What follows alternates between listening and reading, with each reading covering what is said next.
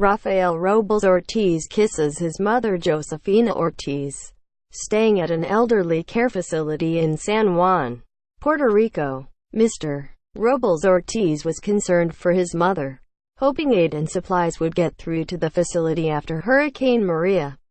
Recent wildfires in California and hurricanes in Florida, Texas and Puerto Rico have put a spotlight on vulnerable seniors, including a number of deaths that authorities have said were preventable. The bulk of them are in their 70s and 80s. So there's that commonality. Sonoma County Sheriff Rob Giordano said of the first wildfire victims to be identified during a press conference Thursday, the majority were found in their homes, reduced to ashes and bones. Giordano said, several were identified using medical implants, such as a hip replacement, with unique serial numbers. On Sunday, the Sonoma County Sheriff's Office identified 4 more victims of the fires, all over the age of 70. Over a dozen residents of a Florida nursing home died in the month after Hurricane Irma knocked out the facility's air conditioning.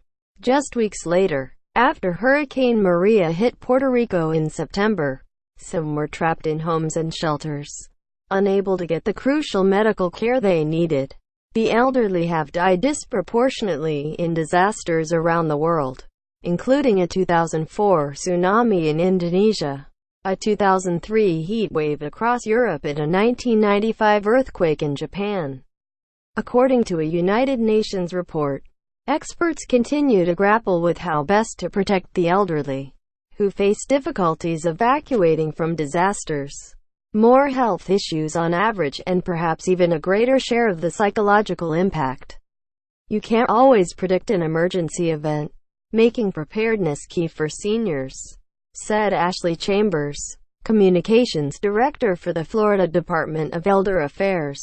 To evacuate or not many adults can easily evacuate, some because they don't drive, others because they are physically unable, according to research, and some people refuse to evacuate in the first place.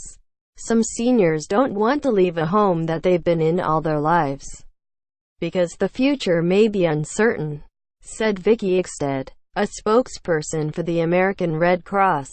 Others feel they might be better off remaining in a facility that has the means to take care of them. This is a very nice, sturdy concrete building. Herbert Reisbach, a 94-year-old resident of a nursing home in Jacksonville, Florida, told CNN before Hurricane Irma, "It's still better than being at a facility that would not be properly prepared to take care of us." The rehabilitation center at Hollywood Hills in Florida evacuated 141 residents after several died in the aftermath of Hurricane Irma. Not all residents should be evacuated. Lisa Brown, a psychology professor and director of the trauma program at Palo Alto University, previously told CNN. Brown, who is also Dreisbach's daughter, showed in past research that nursing home residents with dementia had an increased risk of death in the months following a 2008 hurricane if they had evacuated. Those who can safely shelter in place may fare much better than those who are physically evacuated, Brown said. There's not a one-size-fits-all, is the main point. Ickstead, who called from the Sonoma County Fairgrounds where there is a makeshift shelter, said that many seniors refuse to evacuate because they have pets, which may be their only companions. It may be the only connection they have to their old life. Ickstead said, the fairgrounds were equipped with a pet-friendly shelter, with veterinarians to take care of sick and aging pets, too. That's been a blessing for many seniors, she said. A matter of health in emergency situations. Once manageable health conditions, like diabetes or an infection, can quickly spiral out of control. CNN previously told the story of Josefina Alvarez, 62, who escaped to a shelter outside of San Juan before Hurricane Maria. She remained stuck there for nearly 2 weeks before doctors were finally able to treat an abscess that could have turned into a life-threatening infection. Nobody is taking care of us. Alvarez said at the time. About 3 out of every 4 Americans 65 and older have multiple chronic health conditions, such as high blood pressure and obesity, according to the U.S. Centers for Disease Control and Prevention.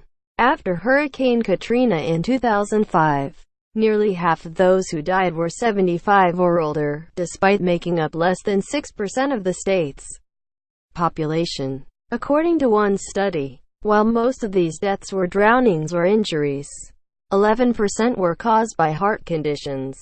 Before Hurricane Irma, nursing homes in Florida stocked up on supplies, and pharmacies issued early refills of medications for people in evacuation zones. The Florida Healthcare Association, which represents 81% of the state's nursing centers, instructed each facility to prepare 7 to 10 days of medication, oxygen and other medical necessities for each resident. According to spokesperson Kristen Knapp, the association does not represent the Hollywood facility where multiple residents died last month. Even without a health issue, age can take its toll on the body.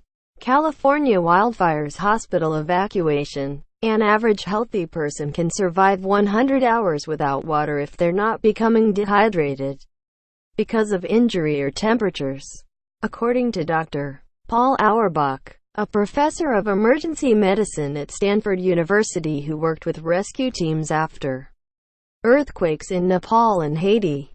They can even survive 2 or 3 weeks without food. But for the elderly and infants, that time period can be much shorter. He previously told CNN, older adults are also more sensitive to extreme temperatures, making them more susceptible to heat stress and hypothermia. According to the CDC, the exact causes of death of the Florida nursing home residents have not been announced, but a number of the 141 residents who were evacuated were treated for heat-related issues. In Sonoma, Aikstead said that seniors with difficulties breathing or respiratory problems have been affected by smoke and ash in the air. Even younger and healthier people are wearing masks to avoid the worst air pollution on record. For Northern California, it's a big concern, said Aikstead. In the aftermath for many people, a disaster often continues long after the fires have been put out or the flooding has receded. The shelter in Sonoma is only a temporary fix, Aikstead said. Many displaced seniors will need assistance getting back home, if they still have a home to go back to. Seniors may also be more susceptible to scams that happen after a disaster, said Chambers, including unlicensed contractors or people posing as assistance organizations. Our senior population is very trusting, and we want to make sure they know what to watch out for, she said. Even years after a disaster, some research has suggested that senior survivors are more likely to develop PTSD and other mental health problems, shown in a study of survivors of a 2008 earthquake in China. One of the things that we notice is the emotional frailty of many seniors, Aikstead said, particularly when they face the unknown. The prevalence of PTSD in Alabama, Louisiana and Mississippi rose from 15% a few months after Katrina to 21% a year later, found a 2008 study. In that study, however, the highest increases were seen among those aged 40 to 59. In addition, older adults face a number of stresses that healthy, able-bodied people might not, such as fear of losing their independence or financial stability. According to FEMA, for seniors who are also low income, it's an extra level of concern, said Lisa Marsh Ryerson, president of American Association of Retired Persons Foundation. Many seniors also deal with social isolation, which has long been flagged as a risk factor for mortality. Marsh Ryerson, whose foundation launched an initiative last year to combat loneliness and isolation among seniors, said that people don't always think to reach out to elders in their communities while they're rushing to prepare for an upcoming disaster. Check on your neighbors, she said. In times of disasters, or often in everyday living, Older adults who are vulnerable can often be invisible, and they may not always ask for the help that they need. Vendetta Craig, whose 87-year-old mother was among the survivors of the Florida nursing home, had some choice words about how the deaths at Hollywood Hills reflected society's treatment of seniors. "We throw away our elderly," she said at a press conference in September. "That's my mother." CNN's Jacqueline Howard and Susan Scutti contributed to this report.